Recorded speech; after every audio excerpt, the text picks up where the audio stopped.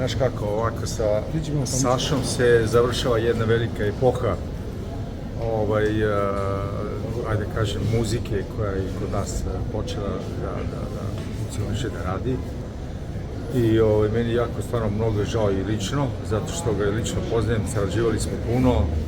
Zapravo kad je i počeo sa Grandom, on je mene prvo pozvao jer je trebalo plesati grupu u to vreme i tako to. A inače, pre toga smo radili i filmove sa Brenom i Hajde se volimo, prvi, drugi deo.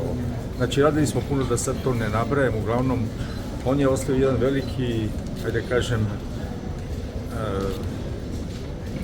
mnogo veliki trag u muzici i mislim da sada posle njega ne znam kako će sve to da ide, jer ta epoha njegova i taj ceo njegov rad koji je on počeo zapravo i sa Brenom,